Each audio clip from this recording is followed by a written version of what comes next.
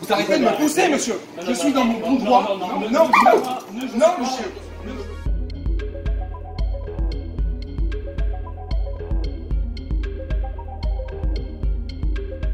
Là, vous m'avez fait reculer 10 mètres, donc je vais reculer là, comme ça je me remets en position initiale, mec.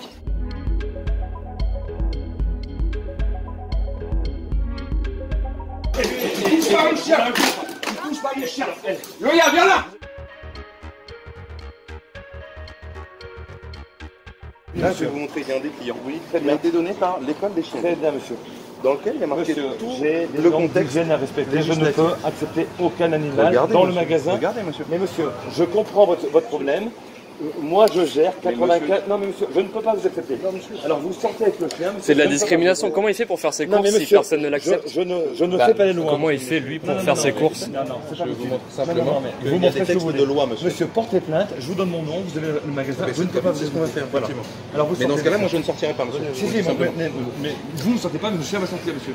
Non, moi, je vous le dis. Non, mais monsieur, moi, je vous le dis, il va sortir. Mais monsieur, il va sortir, le chien. Vous vous rendez compte de l'agressivité que vous avez, monsieur? Monsieur, il va sortir, le chien. Vous vous rendez compte de l'agressivité qui est provocateur.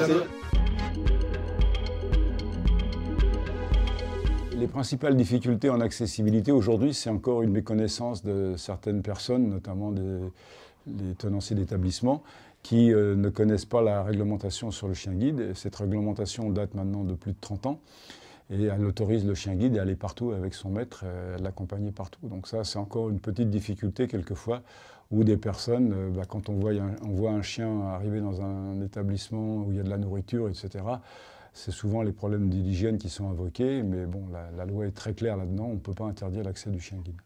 Monsieur, il y a des normes d'hygiène. Je comprends tous les problèmes. Ici, il y a des normes d'hygiène. Oui, mais alors, sauf certains problèmes. Non. Donc, quelqu'un avec des béquilles ou avec, comment ça s'appelle, un fauteuil roulant, il va rentrer, mais là, c'est un chien guide. Monsieur, qui est un chien guide. Il a beau être chien guide, il reste un chien pour des normes d'hygiène. Je ne peux pas l'avion avec ce chien. Je vais à l'hôpital avec ce chien. À l'hôpital, vous voyez, c'est pas un petit supermarché. Monsieur, je ne peux pas l'accepter. C'est vous qui commencez. En tant que client, moi je donne raison entièrement à monsieur. Je ne peux pas. Il y a de l'hygiène, on n'accepte pas les chiens, monsieur.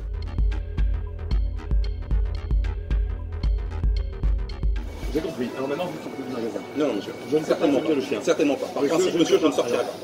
Alors, par principe, je ne sortirai pas. Ah bah, alors c'est parfait, c'est une amende. Appeler la police, parce qu'on va bien se marrer. Je sortirai pas. Je sortirai pas. Appelle la police, je sortirai pas. Je sortirai pas, monsieur. C'est de l'accessibilité, monsieur. C'est de la discrimination que vous faites là. Monsieur, vous êtes malade, mais pour qui vous le prenez là? Non mais vous renversez le fauteuil roulant d'un handicapé? Vous renversez le fauteuil roulant d'un handicapé? Mais il est malvoyant. Mais il est malvoyant, il fait comment pour faire ses courses? Mais c'est de la discrimination pure et dure, hein.